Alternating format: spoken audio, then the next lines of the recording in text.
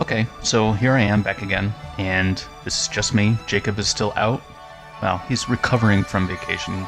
I did speak with Jacob, and he's had a nice vacation, but I did not have the heart to say, hey, let's get back to work. So I'm still leaving him alone this week, and I thought I'd give you something a little bit more substantive than last week. So what I did was dig into some of the archives and found this presentation I had given last year at the Engineering Lean Six Sigma Conference for the Institute for Industrial Engineers, and it's hands-on learning in a hands-off service environment. And this was a talk that I gave during that conference last year. If you are thinking about getting Lean Six Sigma trained, or you are a trainer and you may be transitioning from a manufacturing environment to a service environment, or if you are considering hiring a trainer for your service organization, maybe it's a bank, maybe it's a recruiting firm, maybe it's another financial institution of other sort, IT, you may find that manufacturing can be different, but a lot of these tools come from manufacturing.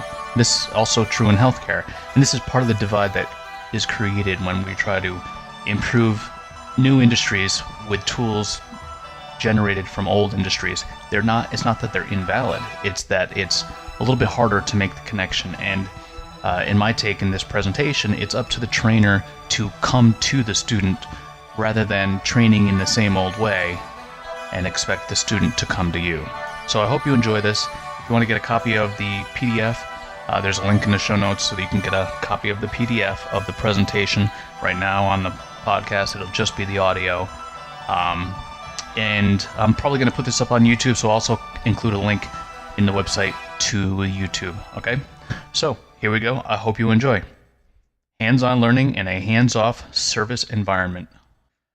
Here's some of the main points that we're going to touch on. 3 main points to be a good trainer: be more relevant, be less perfect, and be more fun. We're going to talk about learning styles, what's different between a corporate student versus a university education approach to training, the traditional Lean Six Sigma experiential training, typically manufacturing. We're going to compare manufacturing versus service industries, and also talk about how to customize training for a service industry. Key point here: be more relevant. A good trainer knows that it's not really about what the trainer wants to say, it's about what the student needs to learn. And there is a point, if you look at a Venn diagram, in this particular one, it's animated 2 people sitting on a rock, one person talking, where that Venn diagram says what you want to say, and another person sleeping. Their part of the Venn diagram, their circle, is what they're interested in, and where they overlap is the relevance. So the key point here for a trainer: if you want them to hear what you have to say something that they are interested in. So be more relevant. Next slide, we're talking about learning styles. Now, if you look at the Felder-Silverman model, and this is adapted from Understanding Student Differences in the Journal of Engineering Education, most students are in visual and active learning zones. This means that telling them what you want them to know is almost completely ineffective. As a matter of fact, we'll also look at the learning pyramid. And as far as retention rates go, if through lecture alone, the average student only retains about 5% of everything you say. If you add reading to that, you get an additional 10%. Audio-visual, an additional 20%. And then on demonstration, an additional 30%. So this would be your classic standing in front of the room and telling them what they want to hear. And you really are only touching on very few opportunities for the student to retain what you've learned, or for the student to retain what you've taught. Those are considered passive teaching methods. Now, to leverage all learning styles, we are advocating for participatory teaching methods, which include practice, teachbacks, having them learn and teaching others. The best way that I've learned any of what I've been doing for Lean Six Sigma has been as a result of having to teach it. That's the best way to internalize what it is you've been doing for a long time. So how do we do this? How do we be more relevant? You start with why. You follow up on what Simon Sinek was saying. You start with why. You explain the what. So we're trying to touch on a number of different learning styles, because Even though 5% of people only 5% of retention only occurs through lecture, that's on average. There are still people who need to be told. There are still people who learn and retain better by reading. And there are people who learn and retain better by participation in visuals. So really what we're trying to do is touch on all of those learning styles. So you start with the why, you explain the what, and then you map out the how. So you start with the why. This is why this is important to you. You explain the what. This is what the tool is that we're going to be using. Then you demonstrate how you're going to do it, and then they practice. They try it out, and then you debrief. And your debrief should include what lessons were learned, what would you do better next time, maybe even consider redoing it again. So start with why, explain the what, map out the how, meaning go and show them how to do it, then demonstrate, which is also part of the how, but also they get the feeling, they get to internalize, okay, you showed me how to do it, now I'm doing it now, and oh, this is what it feels like to do it. And that's a much different thing. They can conceptually understand something like brainstorming, but when they're trying to facilitate a brainstorming event, it's a far different experience, and there's a lot more nuances to that experience that can't be explained via slides. All right, university versus corporate training. The traditional university education usually has a younger, quote, traditional student. They have chosen their major of study, and what they learn is pre-established truth. That is, this is what is written in the paper, this is what is written in the books, this is what I have to understand as being truth. And they accept those things by proxy, meaning somebody else told them, some other higher authority said that this is true, and they have to accept these things on faith. Well, welcome to the real world. Get it to corporate training.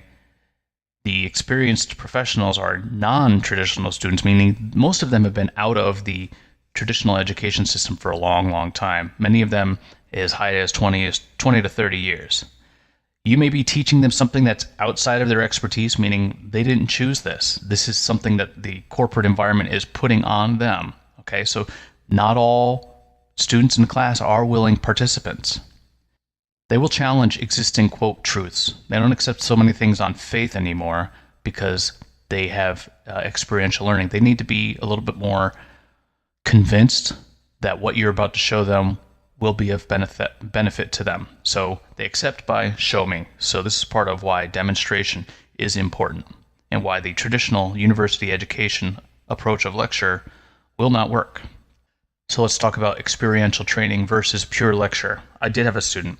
You've probably heard me mention her a few times in the podcast because she's been my star student, and she's been my star student she continues to be my star student. She was one of my first students. Her name is Yelena, and one of the things she said in the class that I was teaching was, I learned stats better in the last hour than in my whole semester in college. She's a very smart girl, but the approach that we took in Lean Six Sigma training to statistics was a lot different and frankly more practical, more engaging, and more experiential than what she had experienced in the university class. So that's just a bit of an anecdote as to how this works better for many of the students. Let's talk about lecture. Lecture leverages very few learning styles. It's easier and faster, and in my opinion, it's a cop-out. The only benefit of lecture is you can reach a lot of people in a short amount of time. You tell them, you portray it out to the masses, a lecture hall that may be full of 100 or so students. And it's easy to duplicate, meaning you could substitute a different teacher to come in and read off your same notes or just talk about things. That's really just one-way communication. And if you ask communication experts, it's actually technically not communication, because communication hasn't happened unless your message has been received. And in a lecture style, you don't really know until if the message has actually ever been received. Let's talk about experiential training. So experiential training, you do have to have some lecture because that is our main form of communication until we master telepathy or whatever else we're going to do when the Internet of Things enters our full brain. But here's some of the things you have to consider. You will have lower capacity classes because these are more of a back and forth discussion. It'll be more customized. It is more effective. So what's the downside? The economy of scale isn't there. You get deeper, better knowledge transfer, but what you don't touch as many students in as short a time. That's the downside. However, I'd much rather have a student of rich knowledge transfer than a vast number of students who maybe some of them get it a little bit and half of them just tune out and say, boy, am I glad that was over. Let's talk a little bit about the typical experiential games in Lean Six Sigma training. Now, this is the nice part about Lean Six Sigma training in manufacturing traditionally. Measurement system analysis or decision system analysis, one of the tools we like to use is a vernier caliper to measure something and to just understand the variation that comes strictly from that measurement tool. One of the pitfalls of this now, this is more of a generational thing, and a little bit of an industry thing, is almost nobody knows how to use a vernier anymore. And I've come across this several times.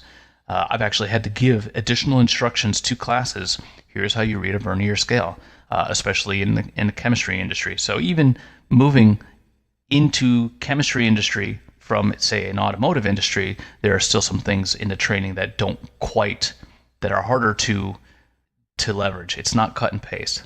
However, me being an engineer, I still had some sort of expectation that students should know how to use a vernier, but because I learned it in school and many other schools in my experience, but it's not like that anymore. And if they've used some sort of caliper, they're almost completely digital.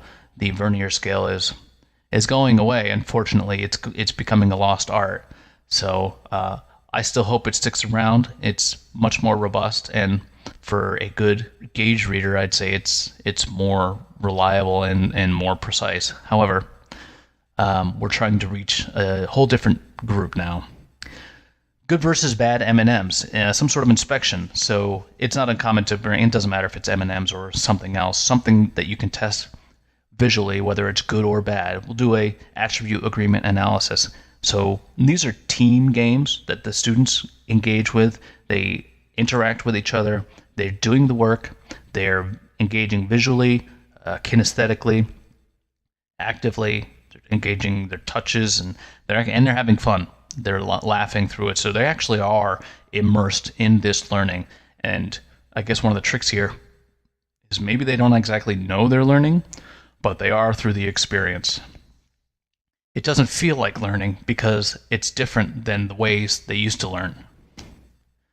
Value stream mapping, many have done the Lego airplane or the Lego race car, so that is also used. But again, it is a manufacturing-based approach to teaching.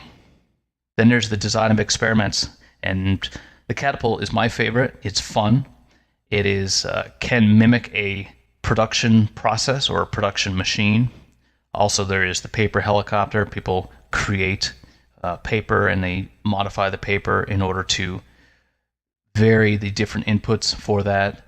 Again, it's almost more design related than manufacturing related, but still, it is a product, physical thing based approach to teaching the design of experiments. And then there's a cherry lime drink, which is also a product based but more chemistry based, which I learned to leverage when teaching the design of experiments in the chemical industry. And this is just a mixture DOE using different flavors, which flavors alone taste bad by themselves, but as you start to mix them, you find a nice combination of mixture ratios where it starts to taste good, given certain things apply. But I'll leave that alone, maybe for another episode.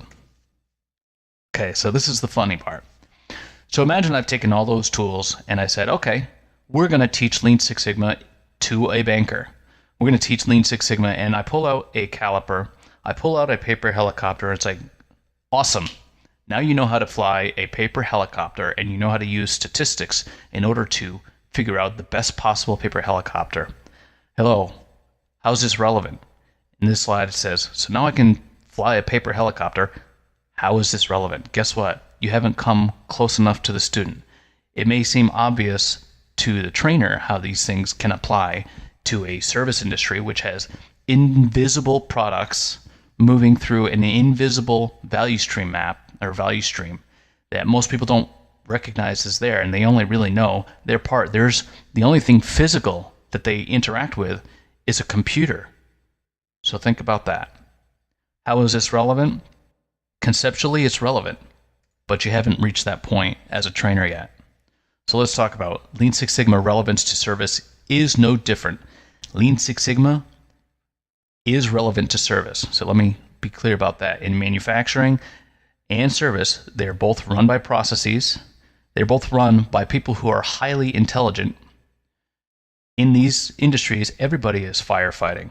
Everybody. It's problems everywhere, and no matter where you look, people are inundated with last-minute emergencies, quote unquote, that are filling up their day. And also in each one of those, as a nature of business, cash is king. So they are firefighting, they're bleeding money. Basically what firefighting does, causes you to bleed money.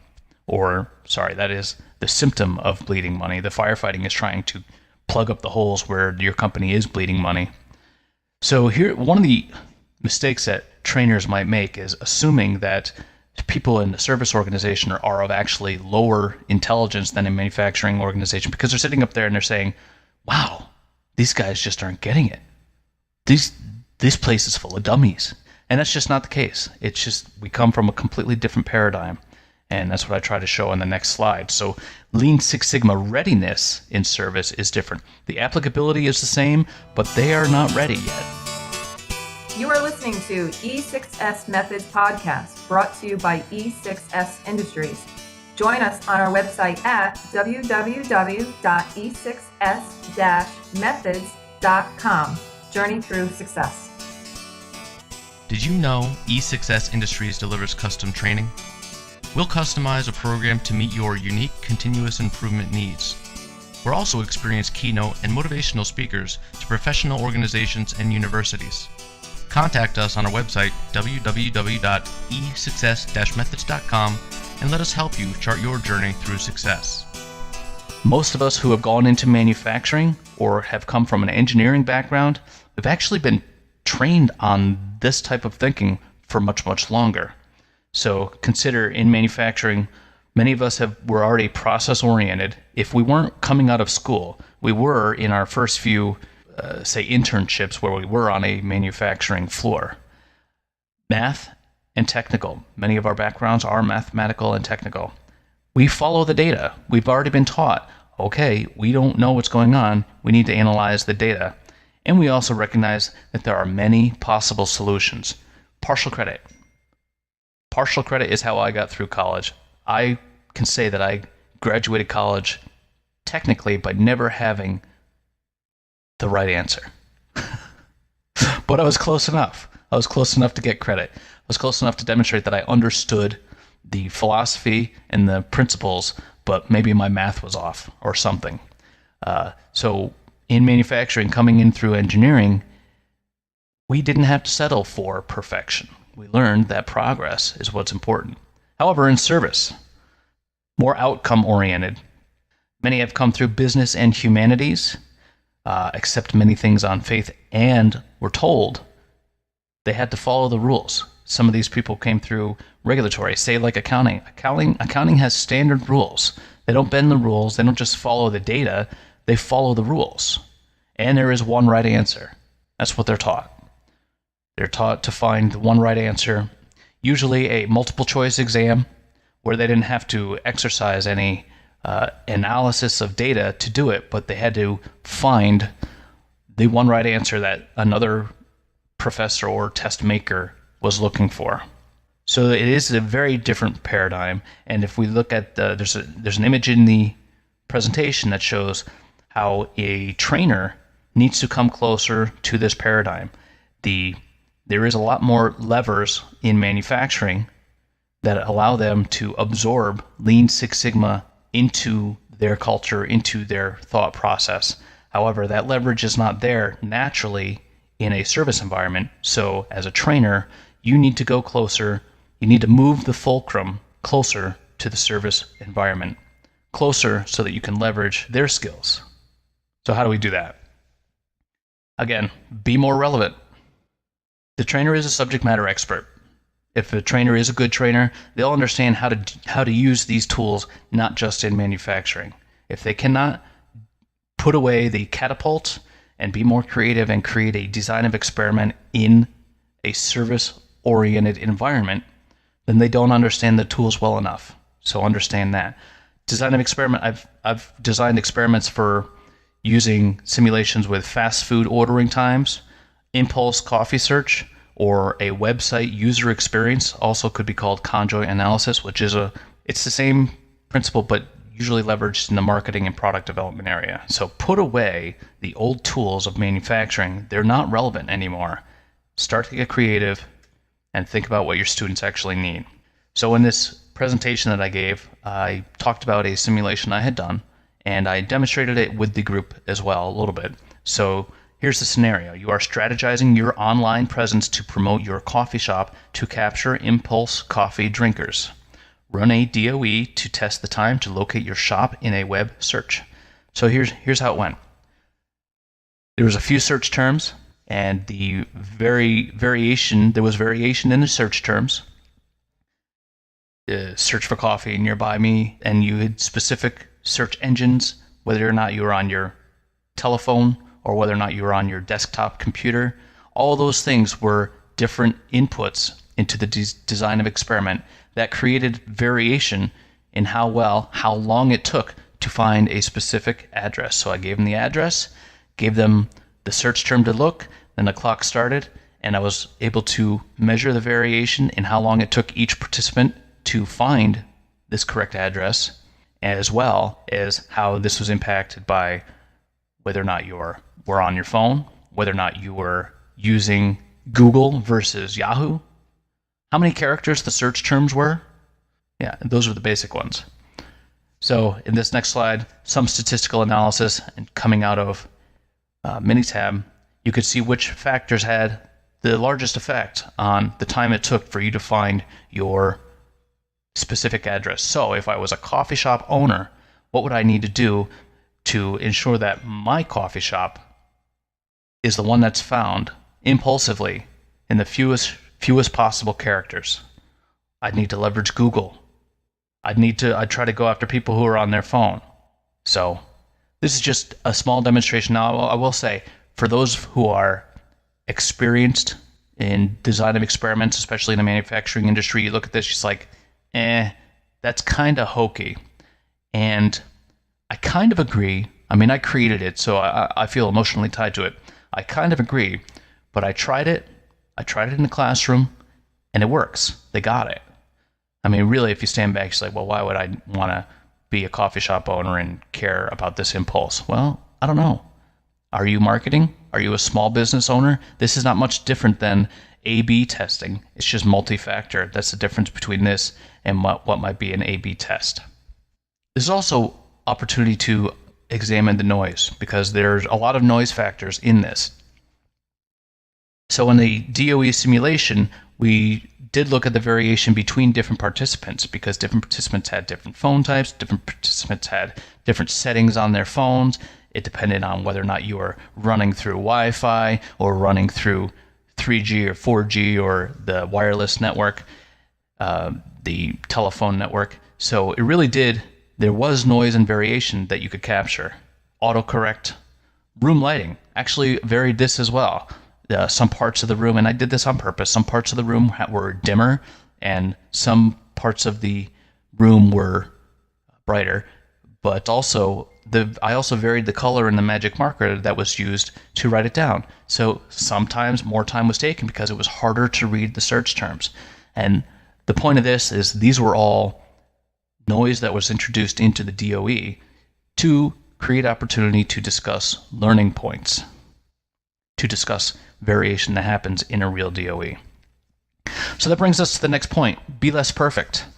One of the things that I think has driven the lecture point of view is that, and the one right answer point of view is that they want the perfect answer, perfect academic textbook answer to come out. And I think some curriculum designers are scared to have a demonstration that does not come out perfectly. I find that too many trainers they try to over control the activities in order for the students to come closer to the right answer. I don't do that. I let the chaos happen, and I use that as a learning point. Now, if they're way off, way off, that's fine. I'll step in to give help.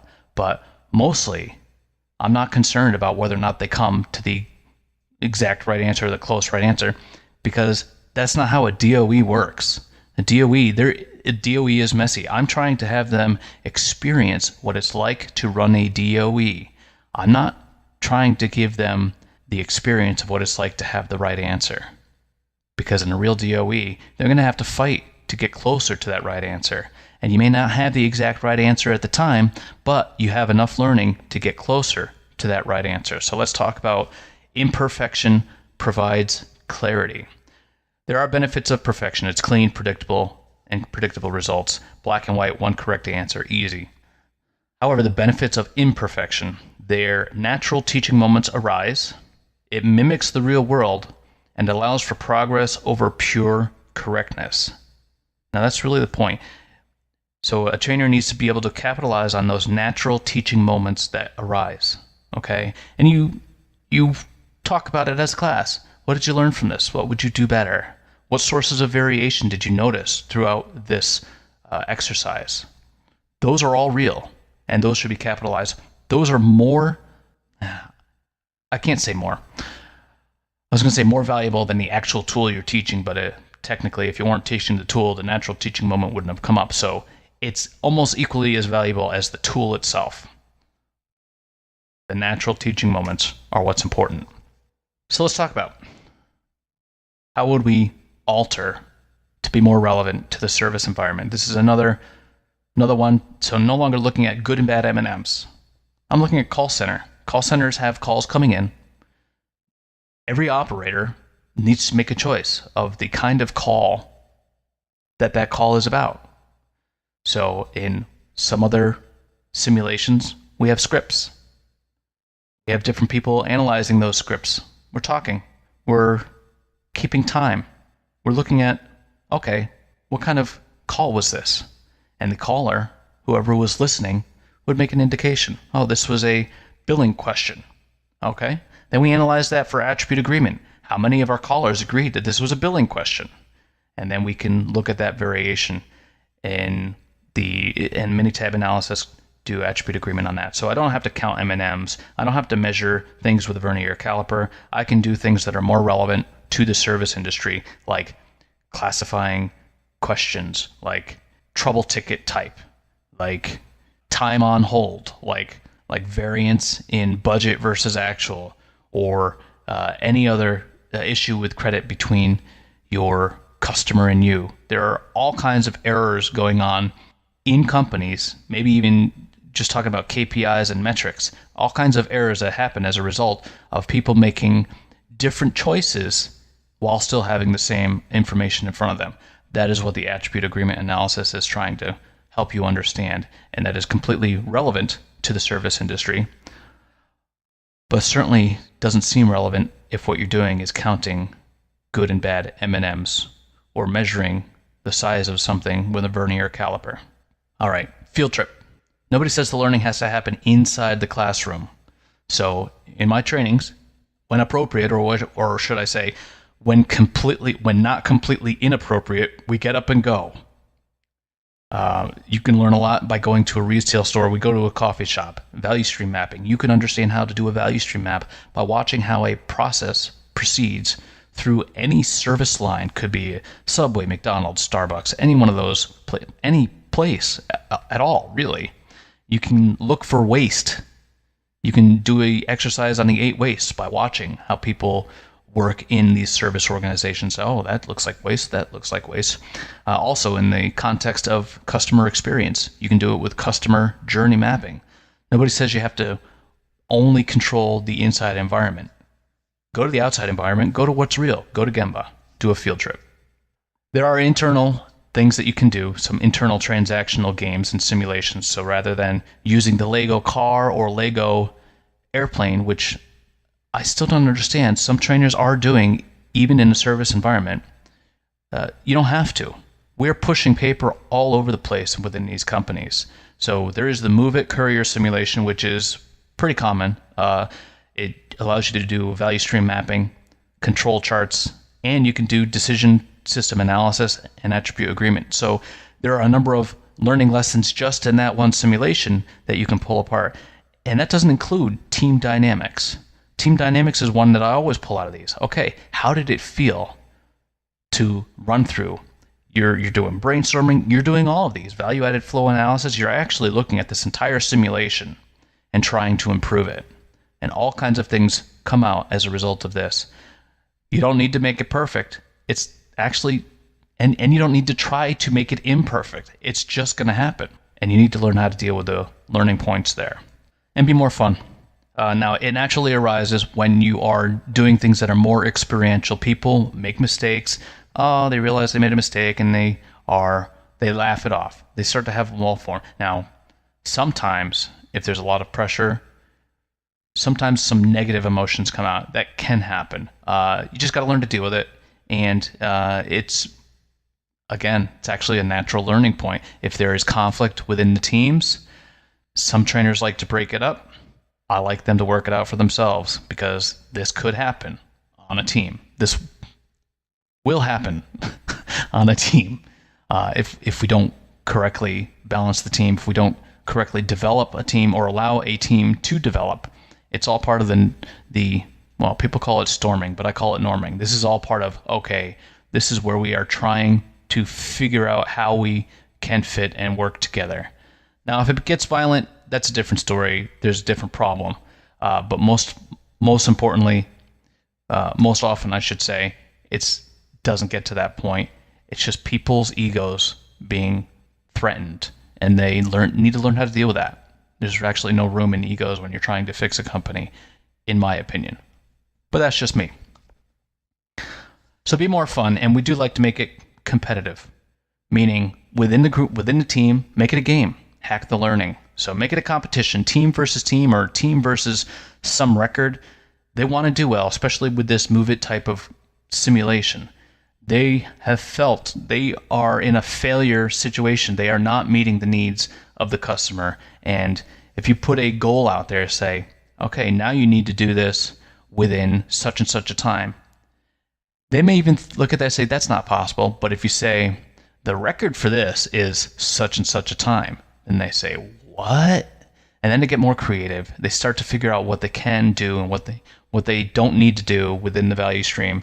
Or if they're seeing, if they're working against another team that may be in the same room, if you have a large enough training class, which I don't recommend always. I don't recommend going with very large of a training class, but it can be team versus team where they are competing with each other. Makes it fun. It makes them try harder, honestly, to bring out their best ideas. And they're learning in the meantime. So make it fun. Okay, so that was basically it. After this point, I took on a lot of questions regarding where do I get these service games. I actually had somebody, as a result of this presentation, ask me to apply for a job for their company. I thought that was neat because I think it was refreshing for them to hear that it didn't have to be the way that they were taught. I got the impression that this was a unique approach to those, because there was a lot of healthcare people there that they had been taught in the old way and still maybe were struggling with the idea of relevance. So anyway, that's the end of this presentation. Again, if you want to take a look at the actual presentation instead of just hearing my voice on the subject, please let me know. You can click on the link in the show notes or send me an email. And I will also provide a link to YouTube, but you gotta, again, send me an email, Aaron, Aaron, at e6s-methods.com, or you can click on the link in the show notes, and that will provide you the link to both a PDF version of this presentation or a YouTube video which will have this audio plus a recorded screen capture of the presentation at the same time. All right, thanks again to everybody for listening. I will talk to you again next week.